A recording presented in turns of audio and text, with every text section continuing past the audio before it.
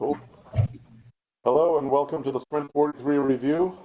Sprint just ended on July 11th and included the 4th of July holiday weekend here in the US. So it was one day less than usual. Next slide, please. This is going to be a long sprint review, quite a long deck. I'll go over the sprint stats. Carol will give us an update on the community. A number of people will talk about updates on the providers.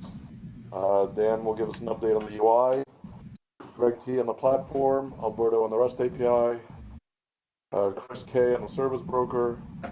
Gregg and Madhu on Automate. Rich on SmartState, and Dennis on performance. Next slide, please. All right, so even though we had one day missing, we still had a very good sprint. 329 pull requests merged in the main branch. Starting to get back to a normal kind of distribution. Out of 329, only 114 were bugs. 60 were enhancements. A lot of refactoring and technical debt as well. 46 to 28, so kind of really spread out work here. So looking good. Next slide, please. In terms of feature breakdown, 136 were in the UI and 58 in the providers, and 33, the third category, was internationalization, and the fourth one was core. So those are kind of the top four categories. Internationalization is really part of the UI, so it's those two are kind of together in my mind. On the provider breakdown, 28 came from Hawkular, 7 from containers, 6 from, what was that, Foreman? No, OpenTech. And so I remember a couple of sprints ago, containers kind of was holding that same lead. Now Hawkular is, but now that the Hawkular team kind of has a lot of runway ahead of them to get their provider caught up with the others. I'm assuming they're going to have quite a number of PRs coming in for a while here. Next slide, please.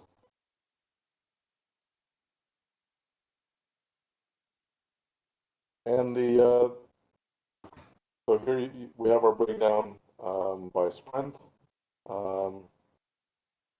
This sprint 43 looks similar to sprint 41, probably 36 and 37. So it looks like we're getting back to our normal cadence, which is cool. Next slide, please.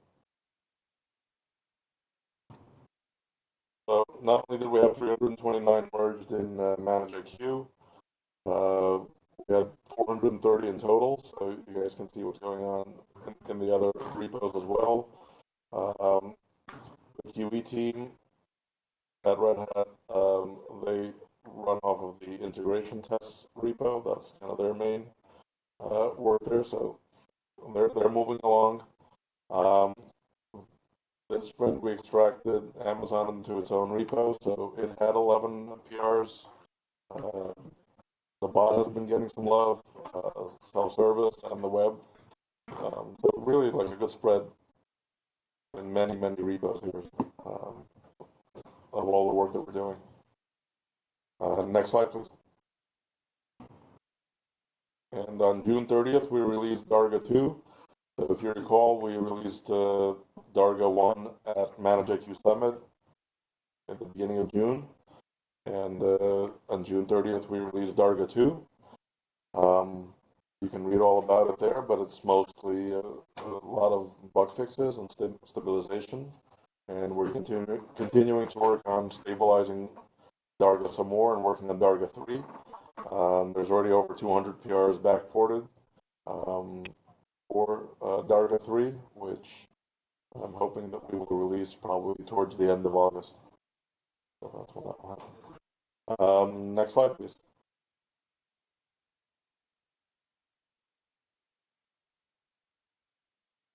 So yeah, we decided, I think, to have a community update for this during the sprint reviews as well, to have an update about activities, events, and happenings around community development and engagement. So if you're interested to hear whatever details, please let me know so I can add them to the sprint review. So for this time for today, since we just had 2 big events in June, so I'll share some update about that. First, we had the ManageIQ Design Summit in the beginning of June, and I think most of you were there. And last sprint, we already shared that the presentation slides and demo videos are available. So that was already 3 weeks ago. And since then, because we had the Red Hat Summit in between, so I didn't get to the videos, most of the videos to last week. I started on them last week. And because the recordings were not already like neatly divided into the presentation sessions. It was like I had a 200 gigs worth of files in 4 gig chunks, so it took a while to sort them out and cut and edit them and merge them. But anyway, if you see the playlist link, there's already most of day 1 and some of day 2 presentations uploaded. I'm working on the rest. Should be done by today, hopefully everything, if not by tomorrow. And finally, thanks for all of you who provided feedback through the feedback form early, also last month.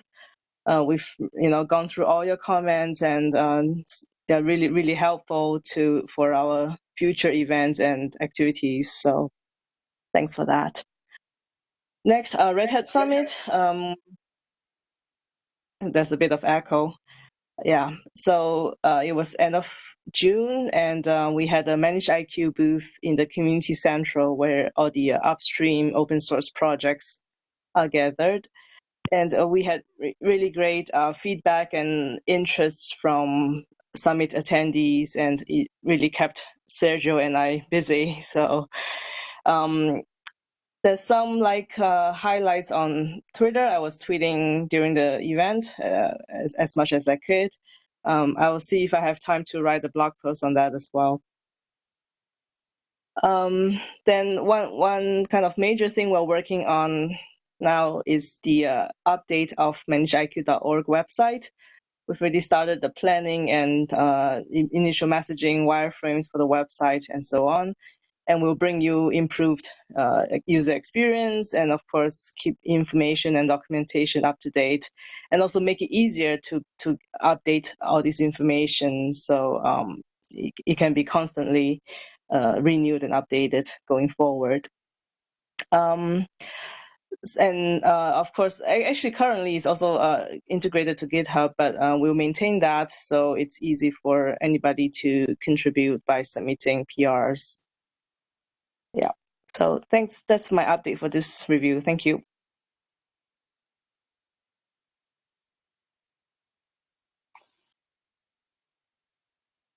Okay. This is Sorota. So for Sprint 43, I'm going to talk about some highlights for Amazon, networking, and some core pluggable provider work. And then Alissa will share some updates from the Hawkular team. And then Gregg McCullough will wrap up the provider section with updates on the Ansible Tower integration. Next slide, please. So Roman Bertrand from the community added a feature to the Amazon provider to filter public images. Some people might remember the pain of trying to load public images from Amazon, where your choices were to load all 20,000 public images or to load 0. The Roman's patch allows users to configure filters in their ManageIQ appliance configuration file, which is applied when gathering images during inventory collection. So these image filters are specified by the AWS API, and a complete list can be found in the AWS API documentation. Next slide, please.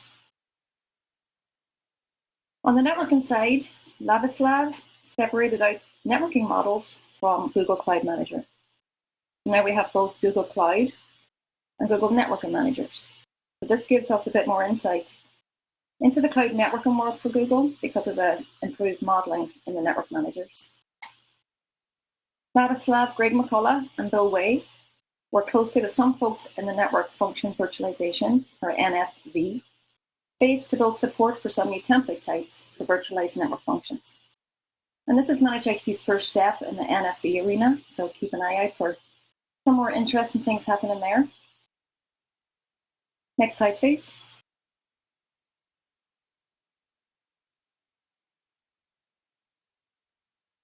Marcel has been pushing ahead on the pluggable provider side. In the vein of ask, don't assume, there were some enhancements to remove assumptions around which providers support provisioning and discovery. And in addition, Marcel and Jason worked together to start the extraction of the Amazon provider into a separate Git repository. We'll certainly find more cleanup items here, but this is the culmination of several months of work to prove the concept of having a completely separate provider. Next slide, please.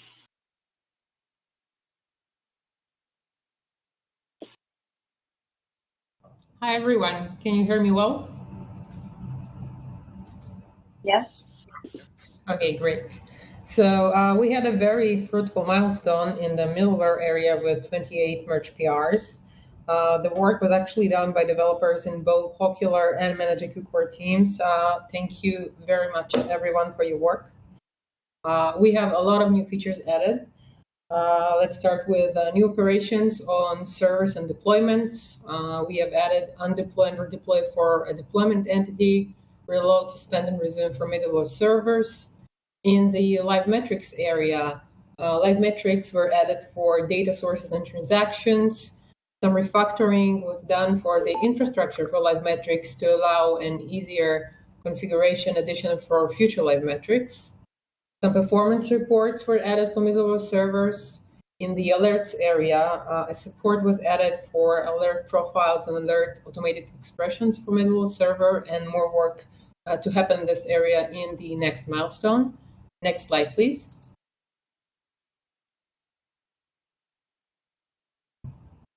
Cross-linking feature was introduced that allows cross-linking middleware servers that run on Rev VMs. Collecting and displaying of deployment status was added as well. Data sources entities were added to the topology view. Some icons were added and other icons were redone for better visibility, and a resolution for the missing icons issues was done for multiple views in the summary view, tile views, and so on. The Popular gem was redone with a lot of addition and bug fixes, and it was upgraded in ManageIQ version 2.2.1. And as always, we fixed multiple bugs in UI, refresher, and other areas. Thank you very much, everyone. Back to you. Okay, so for Ansible Tower, one change this sprint that came in from a use case. Someone was trying to implement around provisioning through a state machine during a VM provision, but taking fields off of a service dialog. So previously, the automate methods that were processing the Ansible Tower job and calling over to Ansible Tower were not looking at the options hash for a task for those parameter types. So we've updated that method. So now if you have a dialog that's pulling fields that was created from the job template, they'll be honored and passed along as part of launching that job. So this kind of fills out, we had multiple use cases of running Ansible Tower from a custom button, from a service, as well as part of a provisioning state machine. So this kind of wraps another use case in there that's probably will be a common one. So it's good to get this one in. All right, over to the automate. Yep.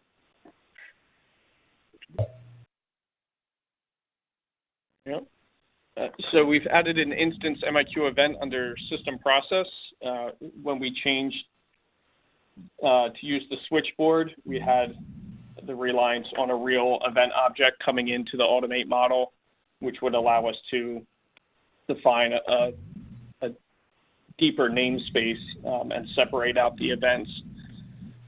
People that were using MIQ event or using the event instance could just pass an event name in prior and call certain events and trigger action. So that was no longer possible with the switchboard change. So we've implemented this MIQ event to allow someone to call those instances. So now you can create or call existing instances under MIQ event by just specifying the name similar to what you do before. So some of the examples are people, admins being able to initiate a retirement warrant from, say, a custom button, as opposed to, having it trigger automatically.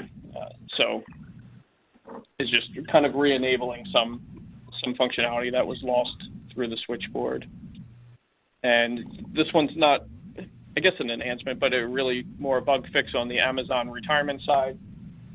Since events can be delayed or refreshes are not always timely, we've added a refresh into that pre-retirement state where we've asked the VM to shut down, and then we're checking inventory to make sure that action actually happens. And we were running into timeout issues or with the state machine retrying. So now with the refresh, instead of waiting for an event or something to trigger that refresh, we're forcing it from the state machine. And that change only exists for Amazon. Next slide.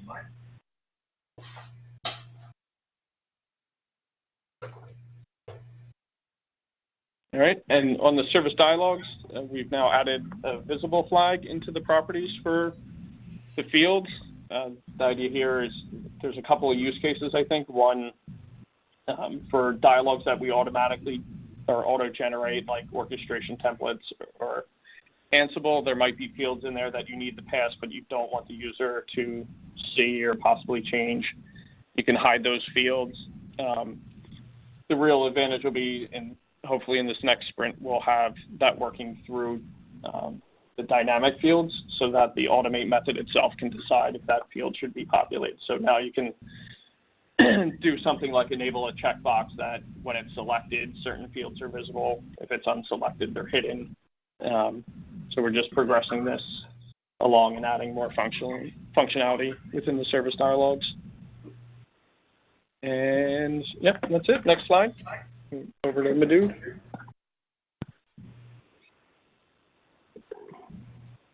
Okay, so I think as part of the email consolidation process that we're doing, where we have over 39 different methods, we came up with some of the requirements of actually trying to figure out what the email address of a user is, and we go to multiple sources trying to figure that out. So one of the ways we could actually do that is by using something called an null-coalescing operator, which actually tries multiple data sources to get the data, and the first place that it finds, it uses that. And so we have added a new attribute data type called null-coalescing. It is order dependent. It actually evaluates it from left to right. And then the first non-black value that it finds, it actually uses that. If there are any missing objects, it actually just skips over them and just wants about it. So below you'll see an example of getting it from the owner object and then trying on the MIQ request object.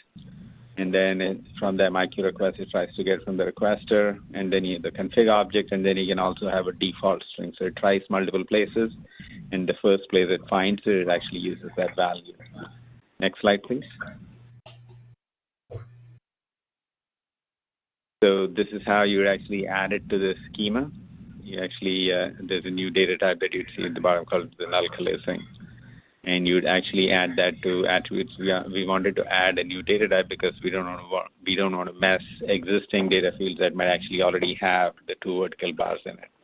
So this processing is done only if the data type is null-coalescing. Next slide, please.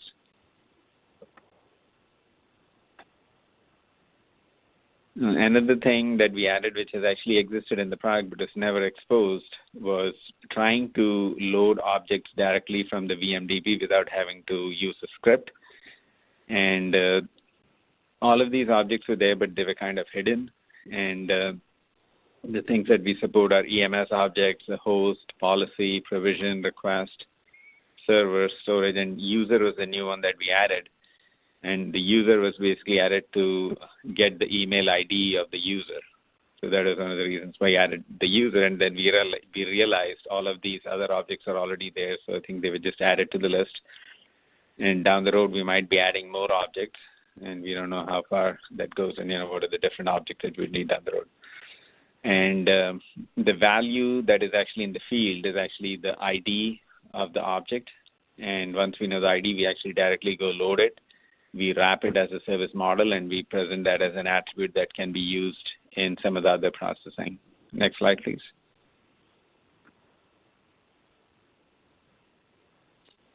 So here you'd actually see, again, the different data types where we have the host, VM, storage, EM policy, and stuff like that. So next slide, please. So this is actually a combination of the two features that I'm showing you. Like the owner object is actually first retrieved by using the EVM owner ID. And the owner attribute now is actually a user object. So once we have the user object, like in the second attribute, we're trying to fetch the to address. We first go after the owner.email. If it's there, we use it. If it's not there, then we, progress through from left to right till we get an email address. So that's about it. Next slide, please.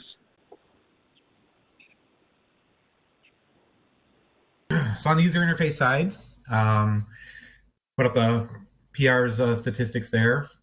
You can see mostly bugs we worked on, but we did get quite a few enhancements in as well. Most of this was backported to Darga. Not all of the enhancements, but there actually were some enhancements. I'll try to mention those along the way here. We also continued on our refactoring mission, which we've been prioritizing certain items in the refactoring area based on how they'll help in pluggable providers, as well as just in general to get us moving forward towards a more client-based, user interface. So one of the pieces here to really get us moving forward on both pluggable providers as well as the ability to change all of our trees, with common technologies, is to get everything into what the tree builder classes that we have. Some of the trees are not there yet. So one of the trees got merged. There's more on the way. So I'll keep everybody posted as we get closer and closer to finishing all of those. On the Angular side, the cloud key pair form was converted. The note here is that Dana from the UX team actually did this, and so he actually was getting himself familiar with the cloud forms, the ManageIQ technologies and the code base, and he got that going. This one here, the toolbars, cleaning up the partials and getting the YAMLs into classes. That's really part of trying to get closer and closer to the pluggable providers, because if you can think about it, as we add providers, the toolbars, the buttons, in other words, that you can use to react to those provider objects as well as their child objects, are all going to be dependent on the exact provider, as to what they can do. So we're trying to get that more object oriented so we can do that better. On the enhancement side, I've got some screenshots and stuff coming, but basically we moved the settings from the navigation bar on the bottom, or on the left-hand side, up to the navigation header, really to get it out of the way of kind of the normal workflow, because settings are really more of an administrative task, even your own settings. Good news, C3 charts are fully implemented. So what we've done is we've cleaned up everything and got the legends and things organized, as well as all of the markers on the axes. Hopefully, pretty clean. We'll see in the screenshots, but we're always going to be probably improving that. But it is fully implemented upstream, so C3 charts are fully implemented there. Tagging for Ansible job templates. Just a kind of a follow-up. Ansible job templates really did need tags, so we added that feature. Another cool feature is live search. Now that we're using Bootstrap selects almost everywhere, we did find a few we're not. So when you have a long list in a dropdown, you can now filter that list. So really, really good improvement on the UI user experience. Self-service UI order history. So we added the shopping cart in Darga to self-service UI. But you weren't able to see the history. All you could see was the actual detailed requests. So if you ordered 5 things, you would see 5 requests. You couldn't see the order itself. So we added that and backported it. We have some screenshots for that. And then on the provider forms, there's various ways that the providers do their validation. And so we used to have a kind of a very infrastructure-oriented mode where we did this, and it ended up requiring that when validation failed, you had to end up going back to edit the provider and revalidate the new credentials there, even if it was just because the provider was down. Because the provider was down, we invalidated him and we couldn't get to him, and so you have to still go back to edit, which is a really strange kind of a way to do this. So we cleaned that all up, and Aparna's going to have a demo of how that works now. So next slide.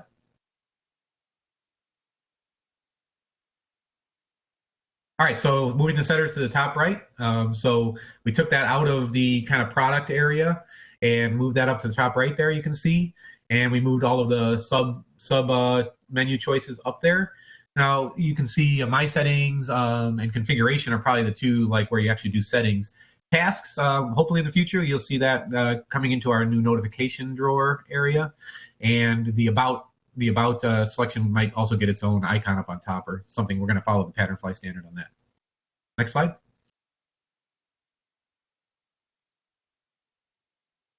So here's the C3 charts. You can see them on the dashboard here. There's a pretty cool feature, actually, if you look at that pie chart there. If you click on actually one of the legend items to turn off one of those pie charts, it's pretty cool. All the other pie chart slices readjust their percentages, so you can turn off a bunch of them and see how they relate to each other, and you know, just the ones that you're interested in. So I just noticed that when I was playing with it. Pretty cool. The other piece that we're going to be adding soon upstream is chart interaction.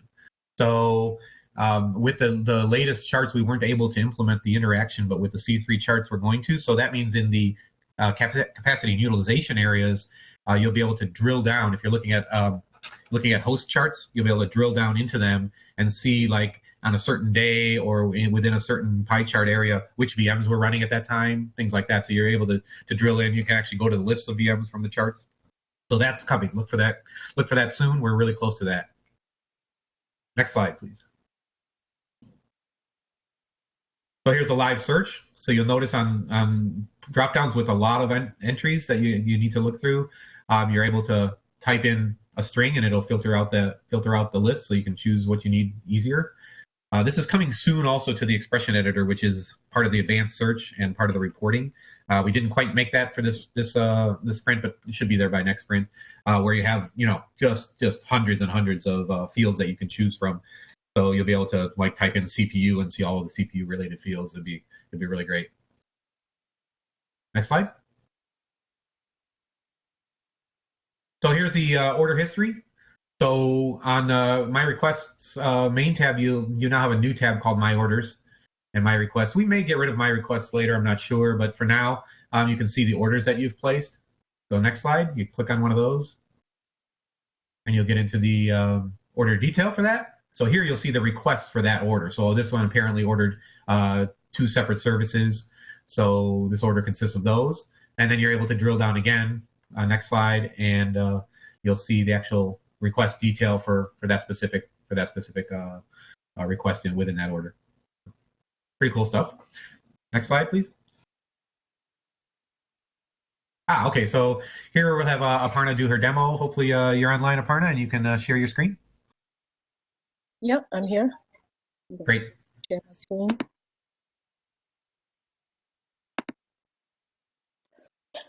So I have 2 demos today, and both depict the work that was done in the providers area recently. So the first demo, which is this one, is about a new functionality that was added to the provider summary screen called Recheck Authentication Status, which basically checks the authentication status of a provider. And this is a very simple feature, but extremely handy in situations where there's a temporary network outage due to which the background refresh workers stop working and pose all sorts of problems. So let's proceed with the demo.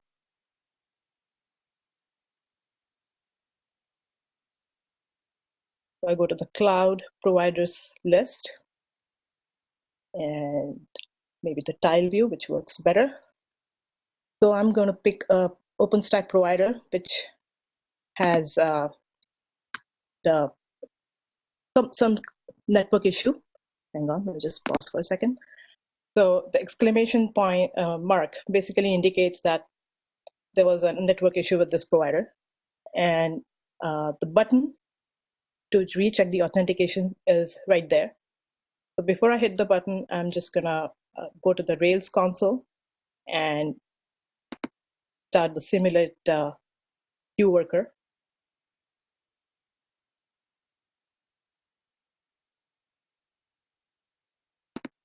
To the screen, summary screen, and let's do the recheck. Back to the console. So this is the authentication task in background in play, and it's actually authenticating the provider. And now let's go back to the cloud providers list and check what happened to the quad icon there. So it's been reinstated, and it's the green check that we all like to see, and we're back in business. And the worker is restarted, right, Aparna? So at that point, so everything's good, right? Yes. Right. Great. So this was the first demo. Now the second demo. Hang on.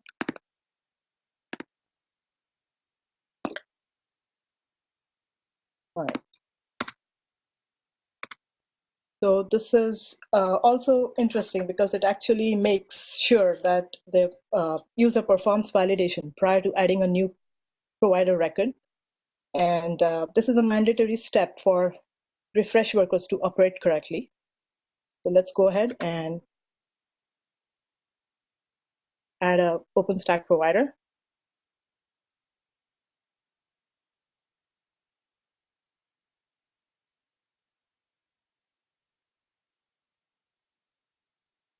And as you can see, there are some mandatory fields here, and the tab shows a error indicator, which means that the form needs attention and needs to be valid before you can hit add. So let's go ahead and fill up those fields.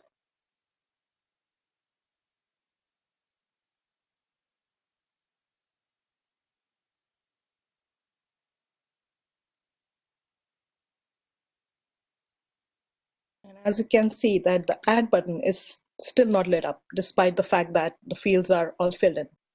And this is because of the new validation requirement prior to adding the record. So let's go ahead and validate.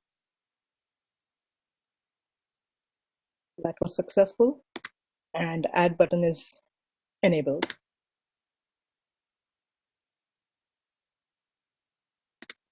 We added a OpenStack provider based on the new validation requirement. Now, the next part of the demo shows the validation requirement for an existing record. So I'm going to pick a record, that one, and just go ahead and update an IP address field, and you can see that the validation requirement is on again, and the form is in its invalid state. So I'm going to do that for the security protocol as well. Again, invalid. And so that's for the edit form. Now, the next part of the demo is basically to show you how the error indicator on the tab works. A lot of Angular magic is happening there, so let's take a look. So let's go to the events tab. And in the AMQP event, I'm going to change the IP, make it invalid. And when I switch the tab, you can see that the indicator is still on for the events tab. And this is important because it enforces the user to go back to the erroneous fields under that tab and rectify them. So that's what we're going to do. We're going to go back to the tab, fix the fields, and the error indication is gone. And the form is back in its valid state. So I hope with these enhancements, we should be mitigating a lot of issues or BZs related to refresh workers, and for that matter, even improve the overall user experience in the EMS form. And that's it. Thank you. Thanks, Aparna. All right, whoever's next, Marianne. Excellent. Okay. So on the platform side, a couple of enhancements I'm going to talk about. We've upgraded Postgres to 9.5 in this sprint, and Libor has implemented custom attributes in reporting and expressions. And that's a pretty big step because it's been a long-standing problem that reporting on custom attributes has been unwieldy and difficult because of the dynamic nature of them, where we store the name and the value as separate columns in the same table. So I was able to kind of flip that on its side and be able to report on that and include it in expressions. And I have a bunch of screenshots to show you about that.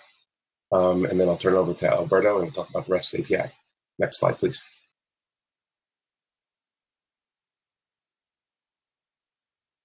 So we upgraded to 9.5, which I think I mentioned at the summit. We'd be doing that. So one of the reasons for doing that, oops,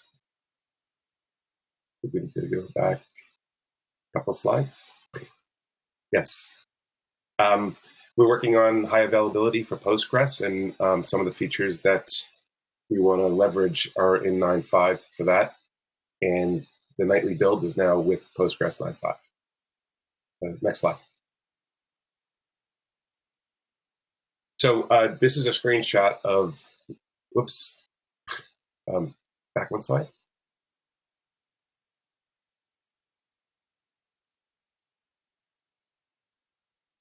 Oh, all right, now forward one. It's strange. Okay, yeah, all right, that's the right spot. Sorry. This is what the reporting editor looked like the old way before we changed this. So you can see there where it's circled, the custom attribute name and custom attribute value are presented as separate fields. So if you go to the next slide, you'll see the results to how that looks on a report. So they're basically in separate columns where you really want the custom attribute name to be the column and the value to be the content of the column. If you go to the next slide, you'll see that. So here, now we can select the custom attribute by name as if it's just a normal attribute in the report editor. Next slide.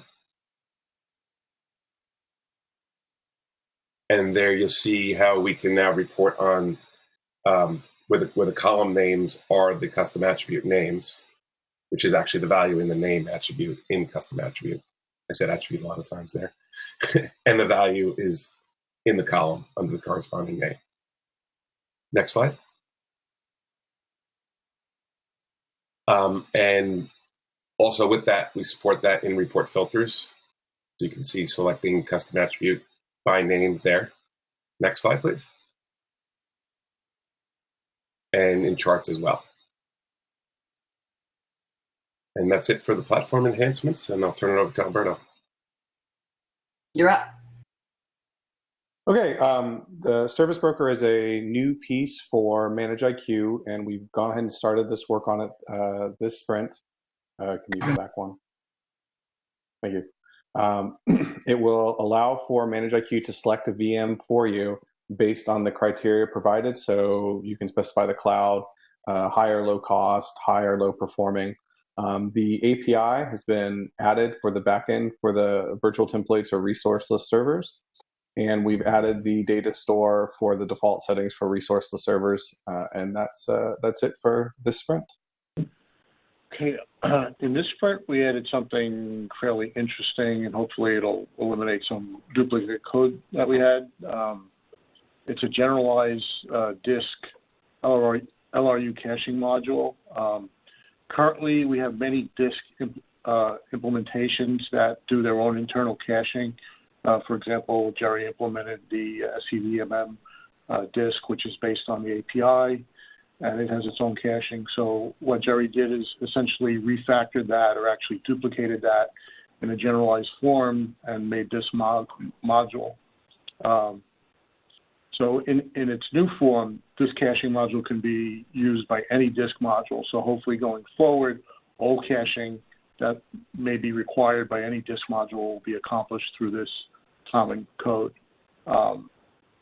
One of the benefits of this is that it can be inserted higher in the I/O path. Normally, the disk modules that cache are very low level, so they cache low-level operations. Typically, the higher level in which you cache, the better it is for performance. And the general module is fully configurable as far as caching parameters, so you could do some analysis and vary the parameters to have a memory consumption versus performance trade-offs.